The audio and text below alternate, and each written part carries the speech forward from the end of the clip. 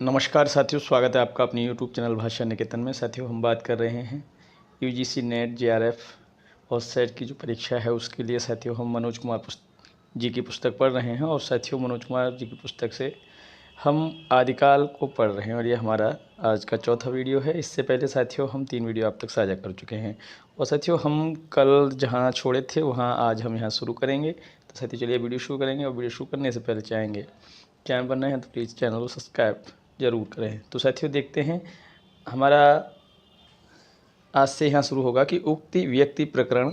लेखक हैं इनके पंडित दामोदर शर्मा। रचनाकाल है 12वीं शताब्दी। विशेष तथ्य देखते हैं इसके। पंडित दामोदर शर्मा महाराज गोविंद चंद्र 1154 के सभा पंडित थे। इस रचना में बनारस और उसके आसपास के प्रदेशों की संस्कृति और भाषा पर प्रकाश डाला गया है। इस रचना में युग के काव्य के रूपों के संबंध में थोड़ी बहुत जानकारी प्राप्त होती है। इस रचना को पढ़ने से यह मालूम चलता है कि उस समय गद्य पद्य दोनों काव्यों में तत्सम शब्दावली का प्रयोग बढ़ने लगा था एवं व्याकरण पर ध्यान दिया जाने लगा था।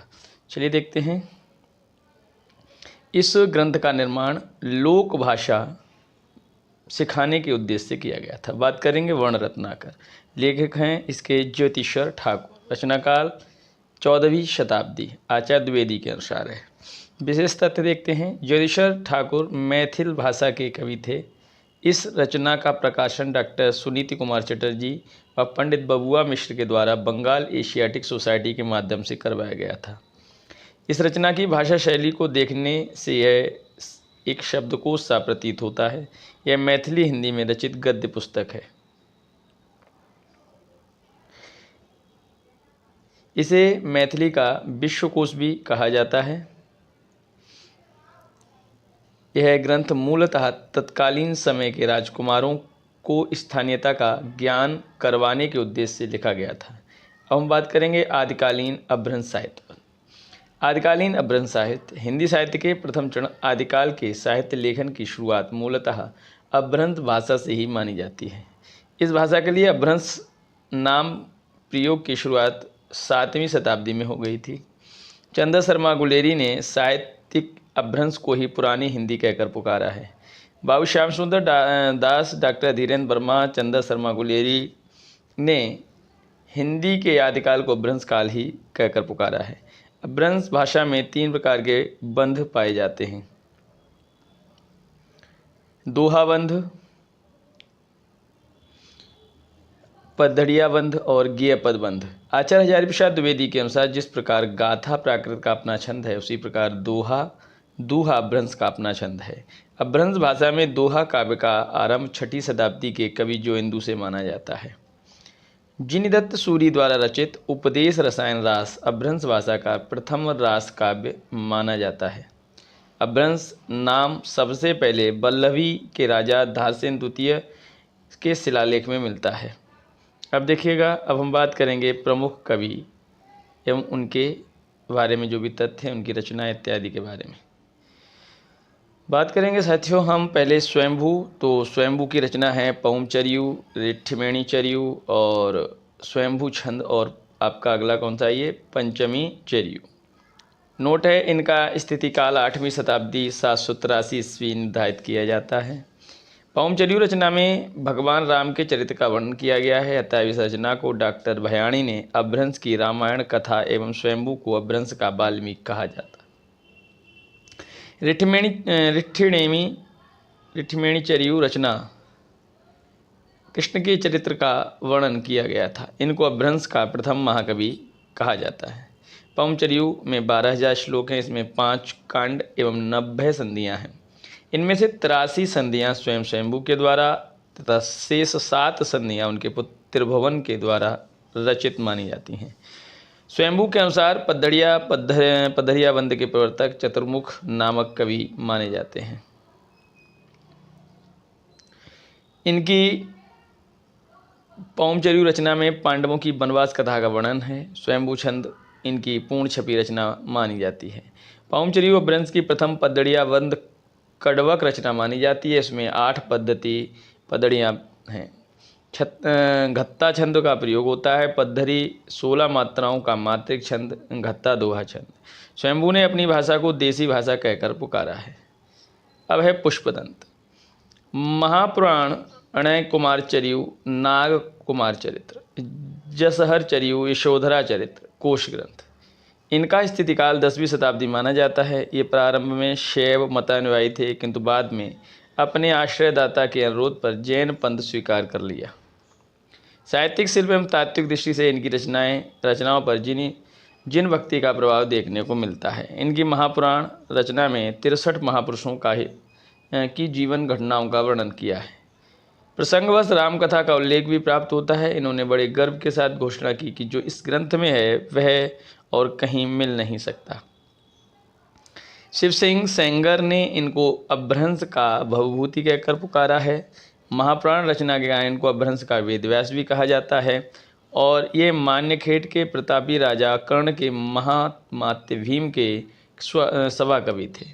ये स्वयं को अभिमान मेरु, काव्यरत्नाकर, कविकुल तिलक कहा करते थे। शिव सिंह सेंगर ने इनको भाखा की जड़ कहकर पुकारा है। बात है धनपाल और रचना इनकी भविष्यत कहा। इनका स्थितिकाल 10वीं शताब्दी माना जाता है। पाश्चात्य विद्वान डॉक्टर विंटरनिट महोदय ने इस रचना को रोमांटिक महाकाव्य की संज्ञा प्रदान की है। ये राजा मुंज के सभा कवि थे। राजा मुंज ने इनको सरस्वती की उपाधि प्रदान की थी। इनके लेखन का मुख्य उद्देश्य श्रुत पंचमी व्रत महात्म्य प्रतिपादन करना है। बात करेंगे अब्दुल रहमान संदेश रासक। इनका स्थितिकाल 12वीं शताब्दी का उत्तरार्ध, 13वीं शताब्दी का पूर्वार्ध काल निर्धारित किया जाता है। संदेश रासक एक खंडकाव्य है जिसमें विक्रमपुर की एक वियोगिनी के विरह की कथा वर्णित है। इस रचना में कुल 216 पद लिखे गए हैं। इनको अद्धमाण के नाम से भी जाना जाता है। ये किसी भी भारतीय भाषा में रचना करने वाले प्रथम मुसलमान कवि माने जाते हैं। संदेश रासक श्रृंगार काव्य परंपरा की सर्वप्रथम रचना मानी जाती है। बात करेंगे जोइंदू योगींद्र।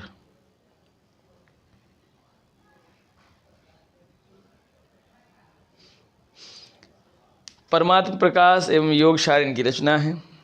इनका स्थितिकाल 6वीं शताब्दी निर्धारित किया जाता है। राम सिंह पाहुड़दोहा, इनका स्थितिकाल 11वीं शताब्दी निर्धारित किया जाता है। इस रचना में इंद्रिय सुख एवं सांसारिक सुख की निंदा की गई है।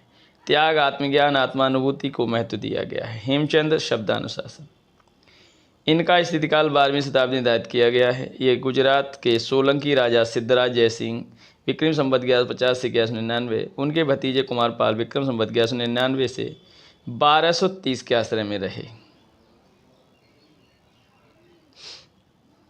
इनकी रचना सिद्ध हेमचंद शब्दानुशासन एक बड़ा भारी व्याकरण ग्रंथ है। इसमें संस्कृत, प्राकृत, अपभ्रंश तीनों भाषाओं का समावेश मिलता है। इनको अपभ्रंश का पाणिनि भी कहा जाता है। अपने व्याकरण ग्रंथ में उदाहरण प्रस्तुत करने के लिए उन्होंने आश्रित कुमार पालचेत की रचना की। अपभ्रंश उदाहरणों में उन्होंने पूरे दोहे या पद्य उद्धृत किए तथा यथा इस प्रकार हैं जैसे वल्ला हुआ जुमारिया वहिण महारा कंतु, लज्जे जमतु वहीं वयम सिंह और जयी भग्गा घरु अंतु, पिय संगमिकौ निदड़ी पियहो परख्यों केव मई वित्रेव वित्रासिया निंदन एवं त्यों, जय सोन आवई द्वि धरो काय अहो मुँह तुझू, वयणु जो खंडई तौ सही सो पियो होय न मुझू। आदिकाल की रचनाएं प्राकृत प्रकाश रचना है। रचनाकार वररुचि, पृथ्वीराज विजय जयानक, कुबलय माला, उद्योतन सूरी, यह आदिकाल का प्राचीनतम ग्रंथ माना जाता है। छक कंबोक षट कर्मोपदेश अमर कीर्ति की है। भावना संधि प्रकरण जयदेव मुनि की है।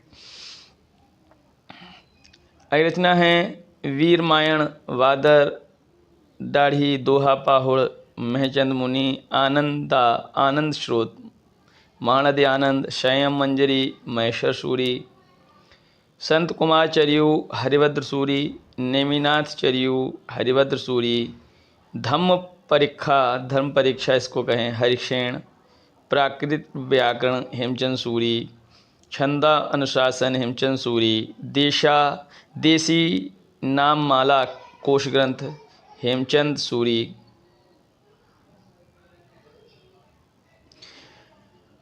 और अचलदास खींची री वचनिका शिवदास गाड़न और वैराग्यसार सुप्रभाचार्य, और जिन पद्मसूरी पट्टाभिषेक राज सार मूर्ति, जिनेश्वर सूरी दीक्षा विभावणन राज सार मूर्ति, जिनेश्वर सूरी संयम श्री विभावणन राज सोमूर्ति, हरिवंश पुराण श्रुत कीर्ति, पज्जुण चरियु प्रद्युम्न चरित श्री सिंह, रत्नकरंड शास्त्र श्रीचंद, कथाकोश श्रीचंद, जम्बू सामिचर्यु, वीरकवि नेमिनाथ चतुष्पादिका विनय चंद सूरी, चूनड़ी विनय चंद सूरी, शांतनाथ देवदास, लक्ष्मीकांत तिलक, जिणदत्त सूरी, लखन, अन्वय रायण पय्यड़, अणुवत रत्न प्रदीप लक्ष्मण, सुकोसल चरित रयधु, सन्मतिनाथ चरित रयधु, पद्म पुराण बलभद्र पुराण रयधु, चंद्रप्रभ चरित यश कीर्ति, पांडव पुराण हरिवंश यश कीर्ति। तो साथियों, हमने आज आदिकाल को यहाँ समाप्त किया, और आदिकाल व इतिहास एक परिचय से संबंधित जितने भी हमारे प्रश्न बनेंगे, 50+ प्रश्न हैं और ज़्यादा ही होंगे, उन सभी प्रश्नों को आप तक हम जल्दी ही साझा करेंगे। इसके बाद हम साथियों भक्ति काल को शुरू करेंगे। और आपको वीडियो कैसा लगा आप हमारे कमेंट सेक्शन में बताएं, और इसके अलावा चैनल पर नए हैं तो प्लीज़ चैनल को सब्सक्राइब करें। टेलीग्राम चैनल से जुड़ने के लिए आपको डिस्क्रिप्शन में लिंक दिया है, आप वहां से जुड़ सकते हैं। तो साथियों फिर मिलेंगे अगली वीडियो में, तब तक के लिए नमस्कार, धन्यवाद।